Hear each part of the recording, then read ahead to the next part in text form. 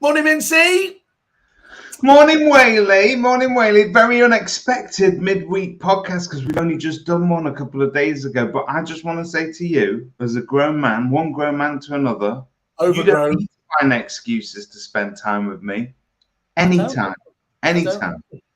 I know. And the thing is, David, and this will surprise you, the news never stops. So that's kind of what we're doing here, isn't it, really? As much as anything there. I thought we'd have what was it? Muse about the news. I forget the other one, but anyway, yeah. So I thought we'd just have another check-in. You know what I did notice the other day with my new fantastic look? Obviously, it looks like I've been rejected from Bros and everything else. Have you had a trim? I have had a trim. Thank you very much for. Thank you very, very much for noticing. Yeah. What did I have? I was going to say. Let's just have a look here. Where was he? Should I just fill this awkward silence with words? You can fill it as you want to. Hello and welcome to all our regular listeners. You remember me before doing tab is open. Remember the adventures of Baron Munchausen? Yeah, yes, I do. A lovely little character called Albrecht, and George was watching it last night, and it kind of it made me realise I'm starting to morph into this fella. So, that is a very close likeness, isn't it? It's getting even down to the ear horn and everything else there. So obviously, the tash needs a little bit of going yet, but I think we can see that this is the way that it's absolutely going now. Anyway, well, let's get into your news stories that sort of caught your eye this morning. First of all, which one you got there? Well, we've got your compliance one there. I think more and more, I don't know if it's just me, but today's press, I think, is pretty much full of compliance stuff, all centered around, anti-money laundering, a lot of it. But it's all compliance, isn't it? Yeah, I mean, we're not short of suppliers that help out in this area, but if you go into this, so this is the guys. Smart Search, the boss Martin Cheek there says estate agents that overlook compliance risk, both financial and reputational costs, and need to get their houses in order. And there was a couple of just statistics in it that I thought was really, really interesting in their survey. So they're obviously interviewing agents, they're interviewing them across the industry. And he does say in here, astonishingly, our survey discovered that almost half, 46 of the industry, manually verify new clients, mistakenly believing that copies of official documents like passports or driving licenses provide adequate reassurance. That's pretty standout terrible, isn't it? It's crazy, but you always suspect it that your top half of an industry or your upper echelons, the people that you bump into at all the award ceremony, are going to be fairly sort of up on this stuff. But there are a bunch of us out there. See how I put myself into that category? But there's a bunch of us out there, ones, twos, smaller estate agents, who, let's face it, don't get much limelight, don't necessarily see much out there, and feel that they are siloed, and that perhaps they can also pop under the radar. So, I mean, look, this is classic, isn't it? These are sort of. And you know what it jumps out at me there again, though, isn't it? It's really shit on the people that are doing everything properly by definition again, isn't it? Those people that are going out there doing everything else are putting themselves at a strategic disadvantage because they're doing all the work, and it's not exactly holding the competition back, is it, by being, strictly speaking, illegal? But there are those, what always shocked me about those manual processes is that on average, most agents don't know how to spot fraudulent. Would you know the difference between a fake passport and a real passport? Yeah, when I know which one to drag out. If I'm using my fake one, I go to the left pocket. And if I'm using the real one, I go to my right pocket. He's David. Passports, driving license, bank statements. I mean, God knows, in the bad old days. I mean, I'm thinking about like sort of 2008, 2009, when there was a spate of properties that were sold out by banks and so on. And people had to provide proof of funding. it wasn't so easy anymore to just, provide a bank statement. There was a lot of doctoring of bank statements going on. Yeah. Almost like, have you seen with Leonardo DiCaprio where he changes Ask me the... if you can. Ask me if you can. There was a load of that going on. As I call it, our training video. There was a lot of that going on where you just move the zero along a little bit. Yeah. But it doesn't look like it's... Did you see that stat in there? So it says, according to Transparency International, since 2016, an estimated 6.7 billion of suspicious funds has been invested in UK property. I believe that some of that actually has come from outside of the Tory party. Just a little bit. Just a tiny little bit. Only some of it allegedly has contained buyers that aren't in Robert Jenrick's personal... Yeah, I'm looking at you, Michelle Moan. I'm looking at you. but when you think about people sort of targeting the estate agency, sort of the property market as a way to launder money, I think it's becoming harder and harder these days, both with solicitors, banks, and estate agents now having to be up on all of these different things. It always was that way with solicitors. They had a duty of care in that respect, but it's now being sort of dished out to everybody. Most of that abuse has got to be central London, hasn't it? Yeah, it's got to have been. There was that expose, wasn't there, that had, where they filmed them going on and they were kind of nodding and winking about to the very clearly Russian actors. Well, clearly afterwards, obviously. Very bad Russian accents. Yeah. How much you take for cash? That was that kind of expose, yeah? Or as I call it, late night in a club. But anyway, have you got the Rick story there? Because that's the perfect one to follow up on this. Well, you love the Rick story so much because of the headline itself. It shows that some people aren't paying this serious, are they? Because I just love this.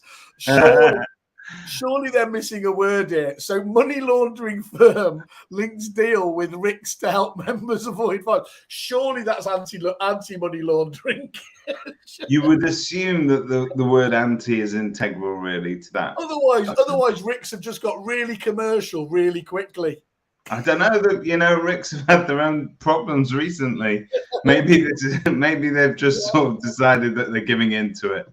To be fair, it does show in the first line has teamed up with anti-money laundering specialist First AML to support members. I tell you what, stunned me there was that as well that Ricks is 134,000 members across the board and encompassing as well UK, Australia, and New Zealand. Did you know they did Australia and New Zealand? Yeah, so Ricks are actually, if you go to their website, you'll see they have lots of or they had even more actually at one point, but satellite offices all around or satellite member firms all around the world.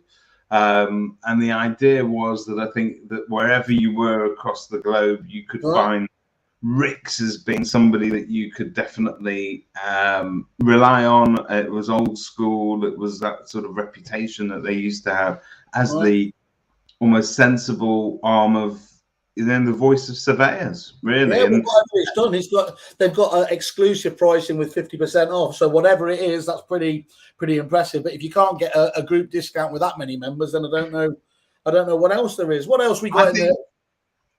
I think the Ricks, whilst we normal agents don't like to refer to Ricks as anything other than just the Royal Institute Chartered Surveyors, they have no massive influence over the kind of retail residential estate agency world.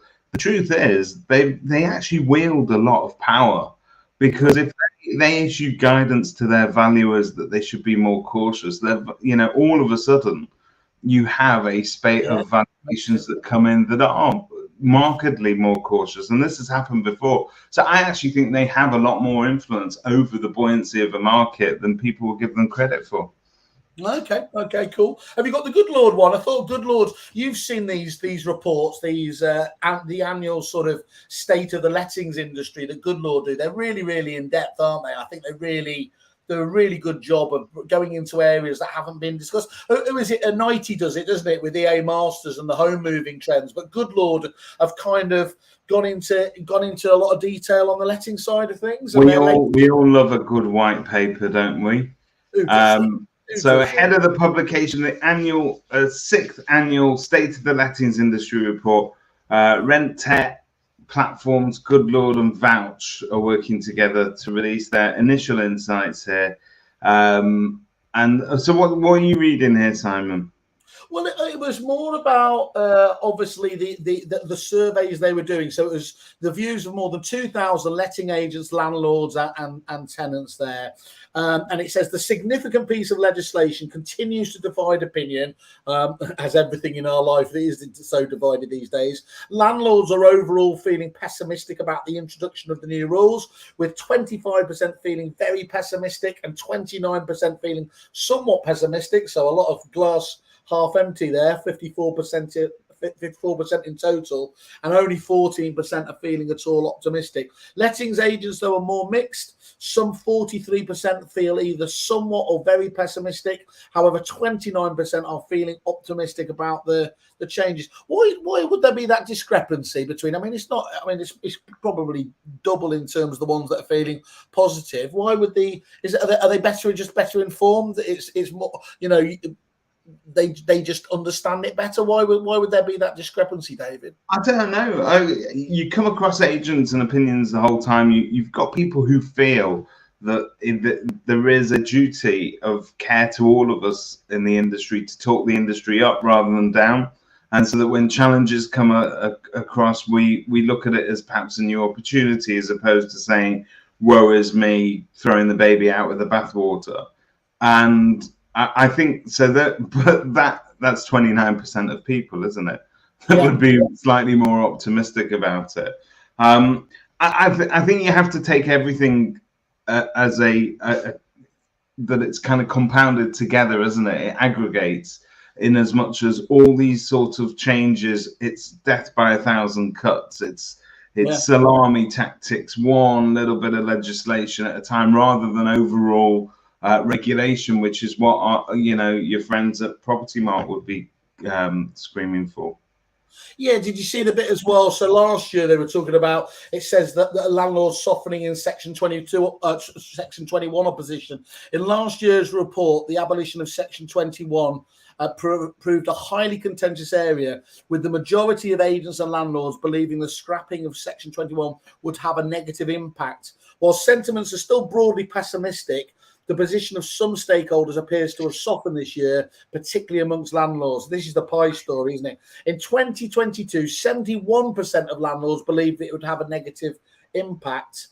In 2023, this has dropped to 62%. At the same time, the number of landlords feeling neutral about the change has risen from 12 to 29. So again, it's a little bit overstated.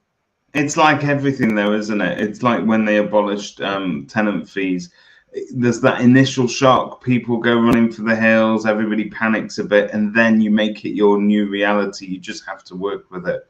And I think a lot of the rhetoric that you hear from agents is that narrative that they're putting out there is, don't panic, that might be going, but actually there were a lot of things about Section 21 that perhaps didn't please everybody, and maybe there is a bit of room for improvement.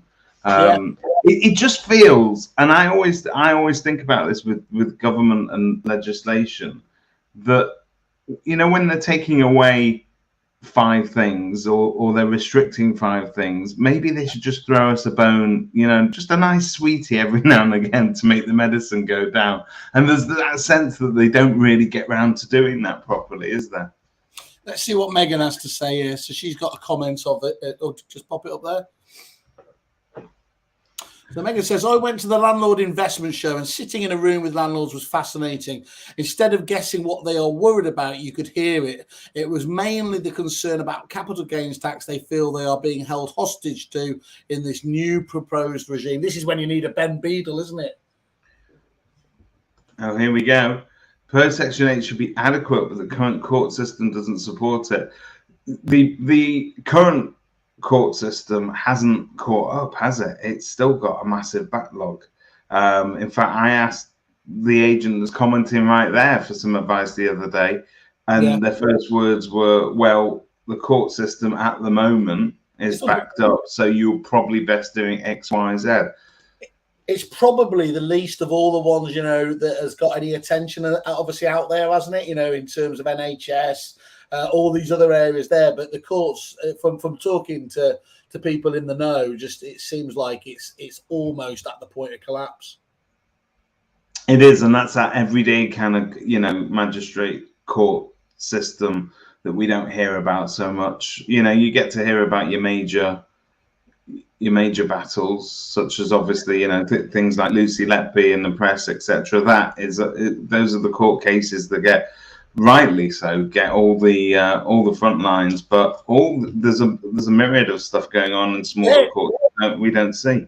Do you see? You remember back to Baddiel and Skinner and all the football shows they did? They had that person called Stato. We've got Stato here, haven't we, Megan? You little tinky, you.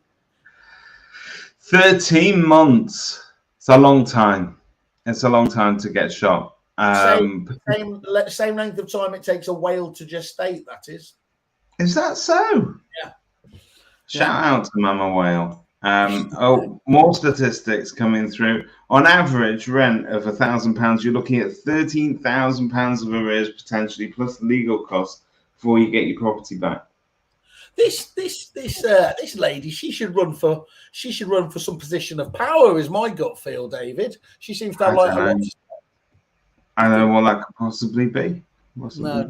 Okay, good. Yeah, we don't want them getting too powerful. By that I mean our friends rather than women. Before you go, let's have a look at this as well. What would you like to go for?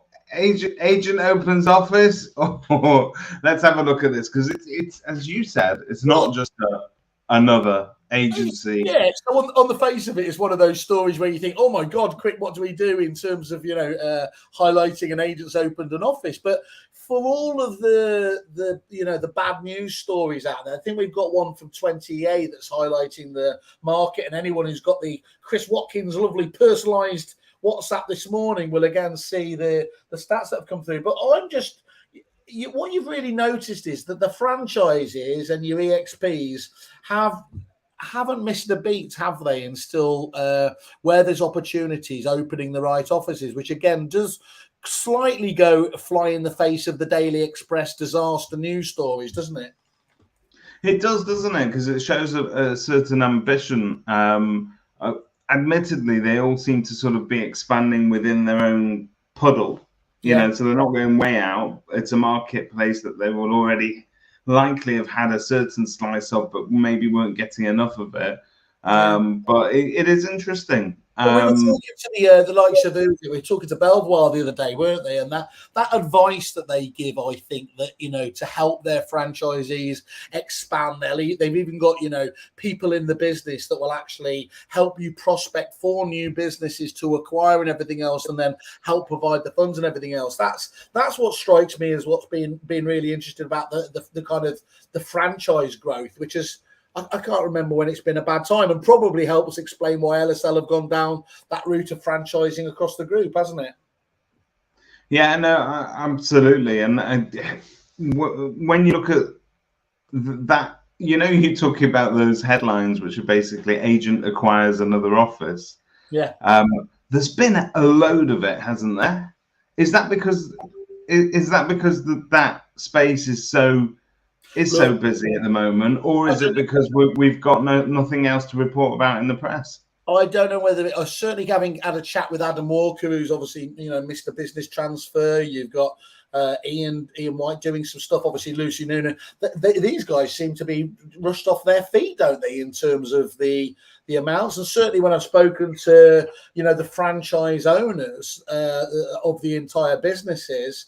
When there's been so much activity recently, but they see absolutely no sign of a slowdown, which again is just fascinating when you consider we're not exactly in the greatest economic state out in the wider economy.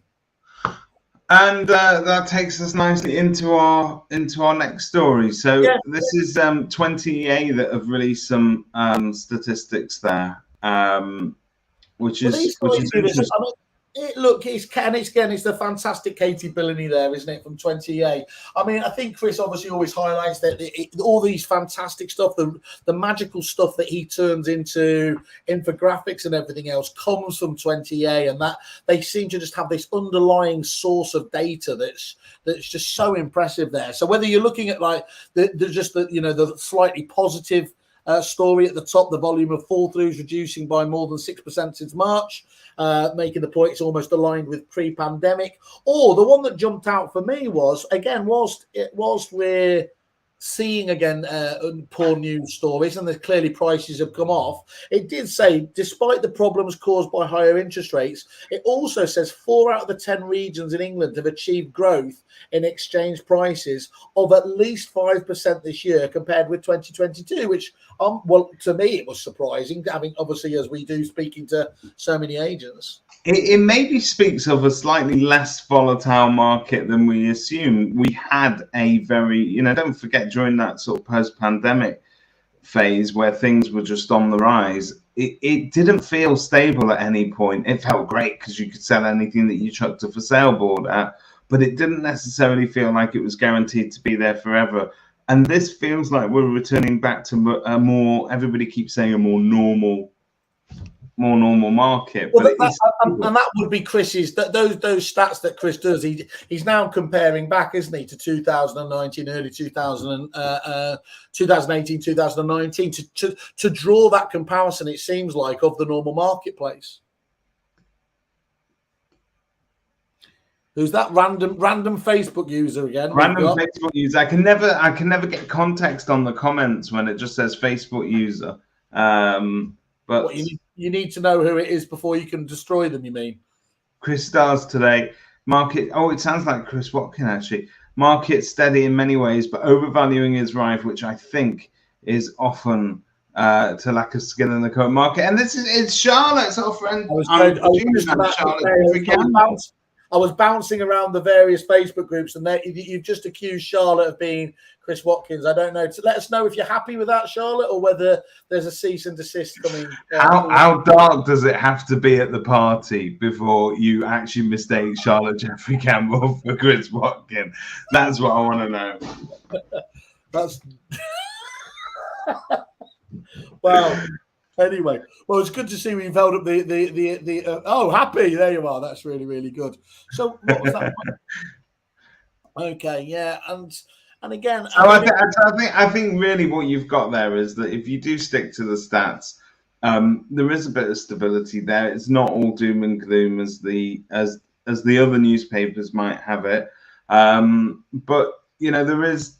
Let's not sugarcoat everything. That hunger in the marketplace, which we were so used to, we took for granted, we came to take for granted, is no longer there. No. We are now having to work harder to put those sales together. There's a little bit of convincing going on. Sometimes you need to put together a better argument, ask better questions of your sellers and buyers to get those transactions moving. Do you fall into the camp that when we were going around a lot of the RAN agents and they were all talking about, obviously they were expecting it to be a very tough time, but a lot of them were rolling up their sleeves, and I didn't know whether they were doing that at first out of bravado, and I asked a few of them, and it does genuinely seem the best agents do genuinely relish the chance to step away from the competition in this marketplace. I think anybody can sell houses in a crazy market. Anybody can, and it doesn't feel as fun when it doesn't have that kind of chase to it, and you need to actually work for it. And agents who have had to return to their kind of more established old school methods are actually going around thinking, yeah, this is quite fun. Yeah. And Charlotte comes up and says, Chris Stars today, market steady in many ways, but overvaluing is rife, which I think is often to lack of skill in the current market. If only there was a fantastic training platform that some of these agents could get to, Charlotte, and learn from the very best. Heard some great things about the Able Agent yesterday as well, from one of their users. But I have got to go and do an MOT now, so I'm going to love you and leave you.